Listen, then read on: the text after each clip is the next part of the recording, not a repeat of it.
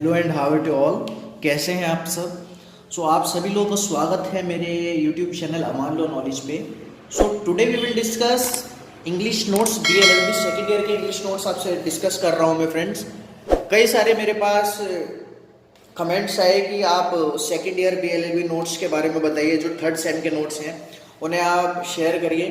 तो उसी के लिए मैंने आज ये वीडियो बनाई है बेसिकली। तो आइए स्टार्ट करते हैं। फर्स्ट ऑफ ऑल मैं आपको इसमें बताऊंगा सिलेबस क्या है सेकेंड ईयर का इंग्लिश का। तो बेसिकली फर्स्ट हम आते हैं syllabus. Phonetics, speed, sound, vowels and consonant. Phonetics के बारे में बताया गया है बेसिकली फिनोटिक्स क्या होते हैं। Then syllables and numbers of syllables in a word, types of syllables. Syllables क्या होते हैं वो बताना है आपको।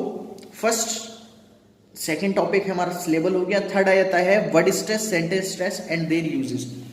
वर्ड स्ट्रेस क्या होता है आप पढ़ भी चुके होंगे आई थिंक, अगर आपने ध्यान दिया हो तो वर्ड स्ट्रेस, सेंटेंस स्ट्रेस क्या होते हैं ये मैं आज आपको बताऊंगा। देन फोर्थ टॉपिक आता है pitch of intonation and elements, tones, groups, tonics and syllables.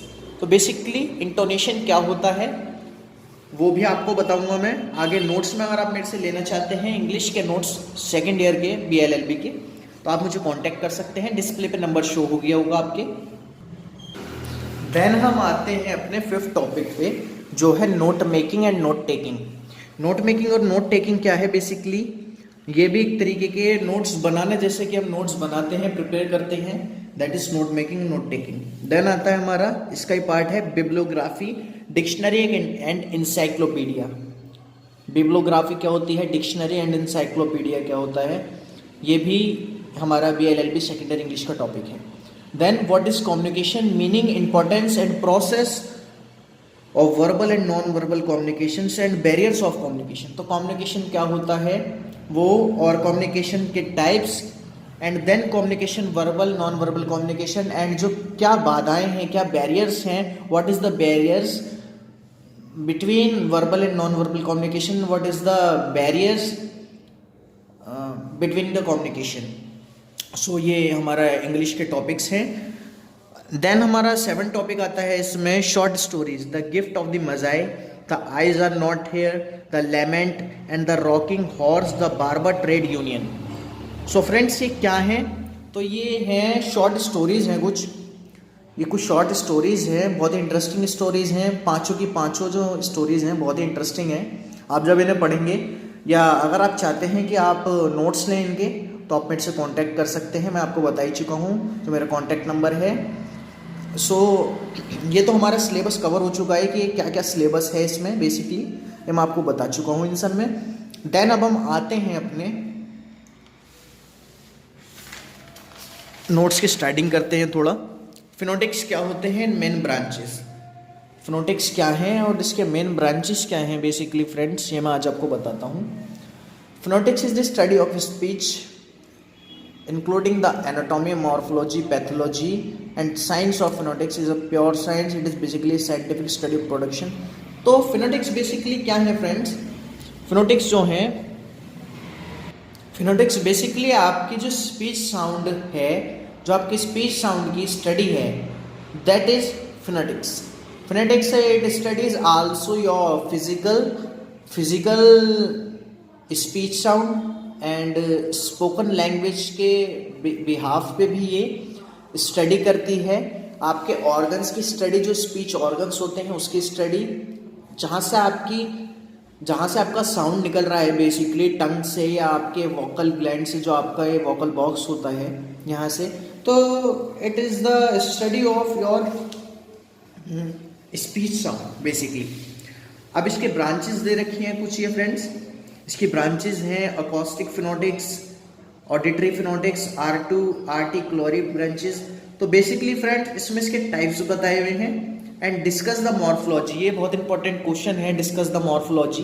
काफ़ी बार एग्जाम में देखा गया है कि मॉर्फोलॉजी के बारे में पूछा जाता है। तो morphology is the part of the syntax और grammar which is concern with the study of analysis the structure forms of classes of words.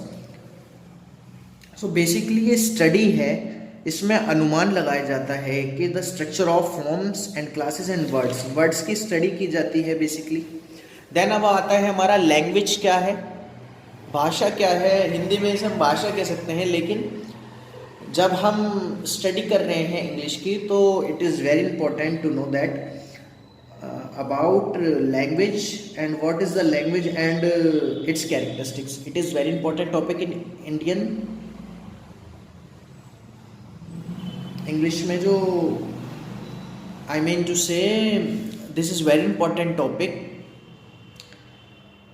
in English BLLB second year का जो आपका सिलेबस है इसमें बहुत इंपॉर्टेंट टॉपिक है language. Language is it's the widest sense means the sum of total such science of your thoughts feeling and are capable of external positions and as could be produced and repeated at will.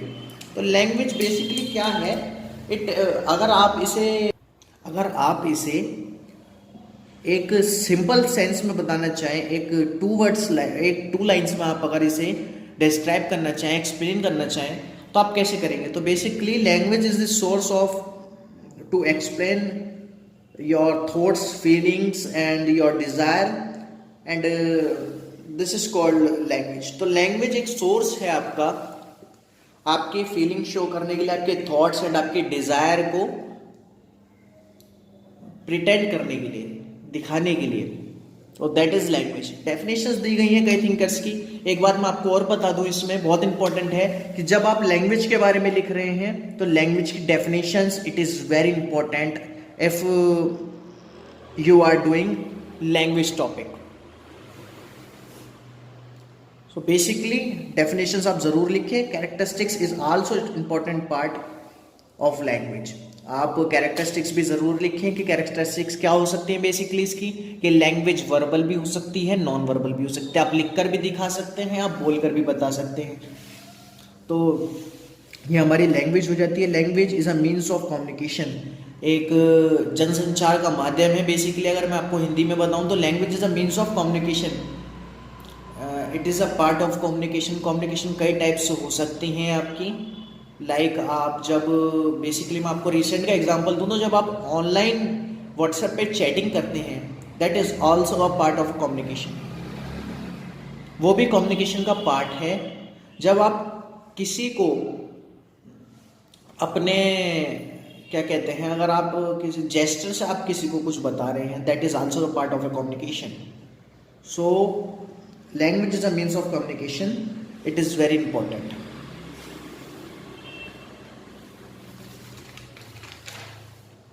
Then language is symbolic. Language symbolic भी हो सकती है और non symbolic भी हो सकती है. Language एक सिस्टमेटिक है. लैंग्वेज आप लैंग्वेज कई तरीके की होती हैं, सबके सिंबल्स अलग हैं, सबके सिस्टमेटिक स्टडी है. तो ये एक इसमें लाइन दी हुई है, every language is systems of systems. ये कई बार आ जाता है एग्जाम में कि every language is system of system. All language have phonological and grammatical system. हर किसी लैंग्वेज का अपना ग्रामेटिकल सिस्टम होता है. लाइक हम अपने अगर इंग्लिश की बात करें तो बेसिकली हमारा जो ग्रामर होता है, ग्रामर पोर्शन जो होता है, तो उसमें ग्रामर पोर्शन में फर्स्ट ऑफ ऑल सबसे पहले क्या आते हैं, टेंसेज आते हैं. टेंसेस आने के बाद उसमें आते हैं हमारे एक्टिव पैसिव आते हैं, और उसके बाद कई सारी चीज़ें आती हैं, मोडाल्स आते हैं, प्रीपोजिशंस आते हैं, एडजेक्टिव, कई सारी चीज़ें हैं. Like every language has own grammatical system. Language is unique, complex and modificable. हर कोई लैंग्वेज यूनिक होती है. लाइक आप इंडियन लैंग्वेज ले लें वो अलग हैं, आप अमेरिकन एक्सेंट ले लें वो अलग हैं, चाइना की लैंग्वेज अलग है. तो every language is unique basically. Then इसमें सिलेबस की बात करी हुई है. सिलेबल्स क्या होते हैं बेसिकली? सिलेबल्स अगर आप और ज़्यादा डीप में जानना चाहते हैं, अगर आप नोट्स लेना चाहते हैं तो आप नोट्स ले सकते हैं मेरे से. बेसिकली आप कांटेक्ट करिए मुझे, मैं अपना कांटेक्ट नंबर डिस्क्रिप्शन में डाल चुका हूँ ऑलरेडी. सो आप वहाँ जाके सिलेबल के बारे में और ज़्यादा जान सकते हैं कि सिलेबल क्या होता है. और अगर आपको फिर भी अगर कोई किसी चीज़ में डाउट आए, आपको कोई प्रॉब्लम्स आपको फेस करनी पड़े, तो आप without hesitation you can comment, और I am definitely will answer you. मैं डेफिनेटली आपके जितने भी क्वेश्चंस, आपके जितने भी कमेंट्स होंगे उसका मैं आंसर देना ज़रूर दूंगा, पक्का उसका आंसर मैं आपको दूंगा। सो फ्रेंड्स, अगर आप न्यू है मेरे चैनल पे तो don't forget to subscribe my channel Aman law knowledge and bell icon को ज़रूर प्रेस करें। अगर बेल आइकन को आप प्रेस कर देते हैं तो क्या होता है फ्रेंड्स, आपको जो ज़रूरी नोटिफिकेशन है वो आपको टाइम टू टाइम मिल जाते हैं, जिससे कि आपको हेल्प मिलेगी आपकी स्टडी में। So thank you friends.